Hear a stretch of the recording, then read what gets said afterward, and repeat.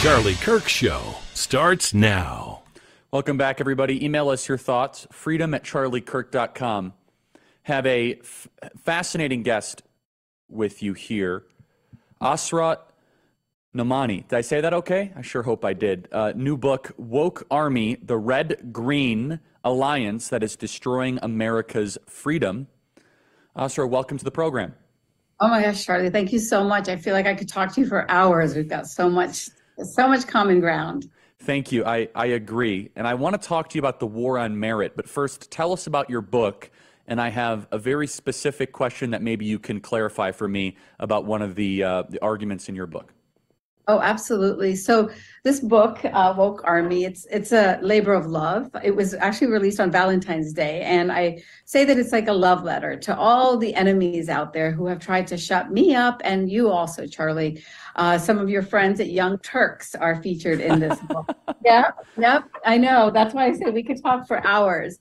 So Charlie, the thing is, I'm a Muslim. I'm an immigrant from India, and I came to this country at the age of 4. I knew not a word of English, and this country gave me freedoms that no Muslim country could have ever afforded me.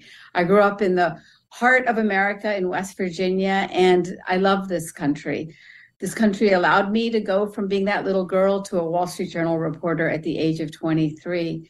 But, like a lot of people, 9/11 was an awakening, and I emerged out of the tragedy of the murder of a dear friend of mine, Danny Pearl, into a Muslim reformer. I started challenging Islamic extremism, and that put me in the crosshairs of this just diabolical campaign to shut people up. Mm-hmm. What I've learned now is that these Muslim establishment people who were supported by Cenk at Young Turks, Yep.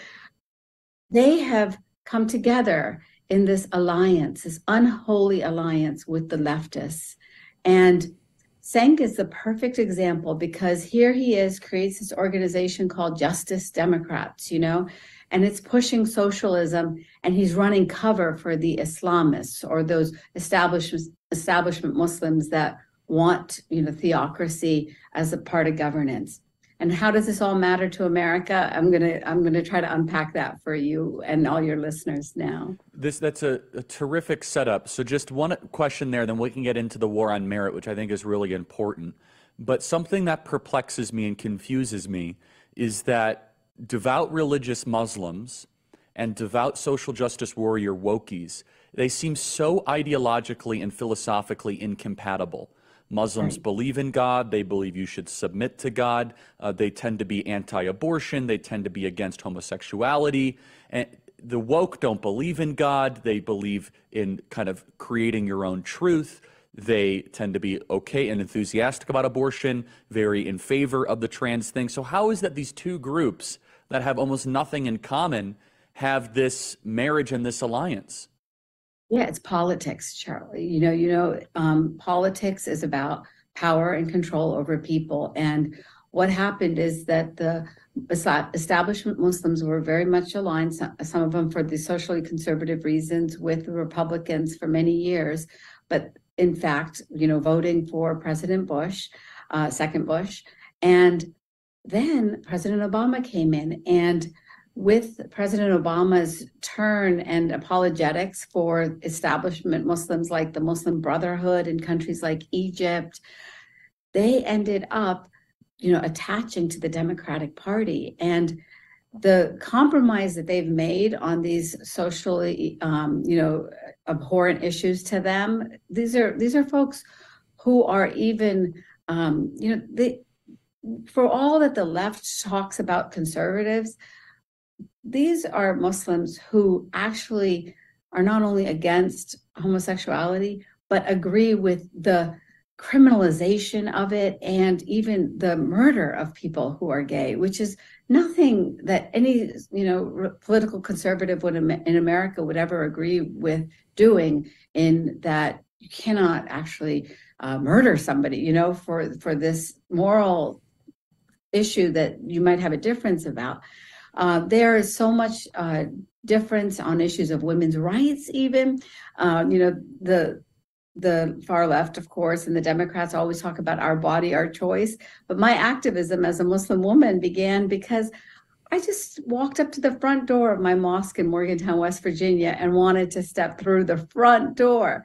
And a man stood in front of me and said, "No, sister, you have to take the back door." So how is it that these two come together? It's because they ended up finding, a Trojan horse with the Democratic Party that could push their political agenda. And that's how we now have folks like Ilhan Omar and Rashida Tlaib.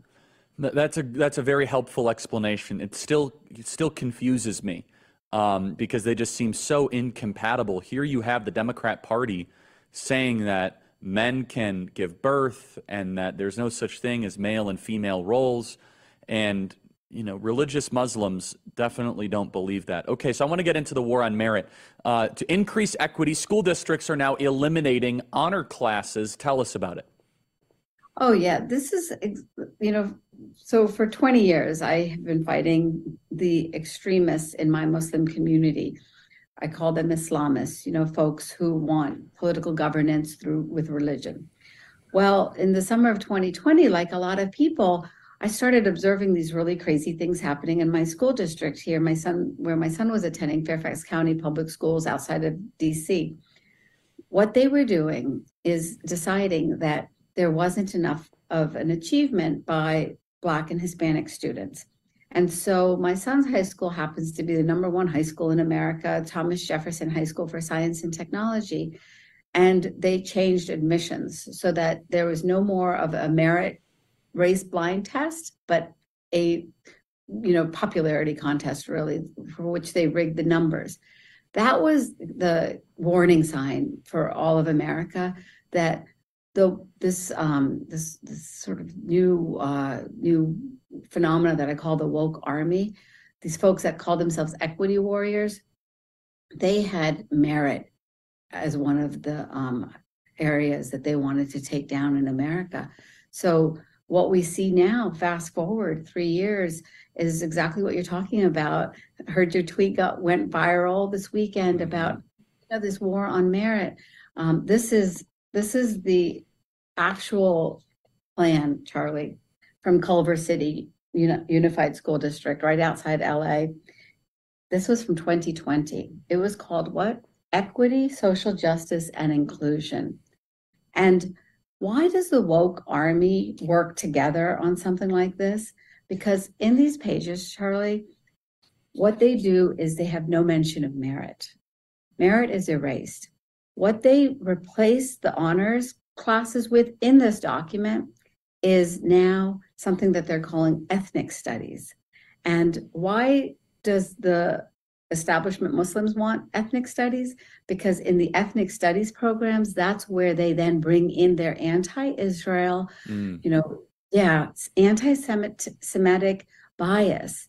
And that's what's happening. This little war plan is what's now in place. That's what ended up becoming front page news in the Wall Street Journal last week about the elimination of honors. And why does the woke army want to get rid of the merit admissions, the honors classes? Because they want to dumb kids down so that they can become woke baby.